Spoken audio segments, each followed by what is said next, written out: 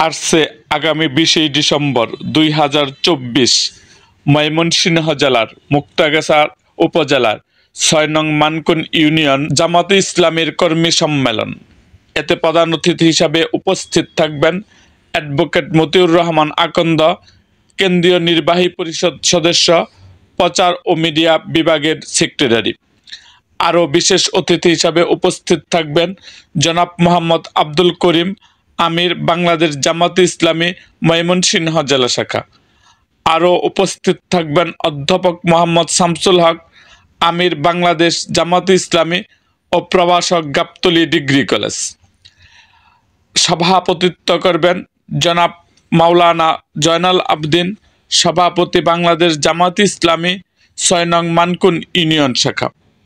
এরকম আরও ভিডিও পেতে এবং রাজনৈতিক অঙ্গনের নানা ঘটনা ও ইতিহাস জানতে আমাদের মুক্তাগাছার ইতিহাস মিডিয়া ইউটিউব চ্যানেলটিকে সাবস্ক্রাইব করুন এবং পাশে থাকা বেল আইকনটি বাজিয়ে দিন।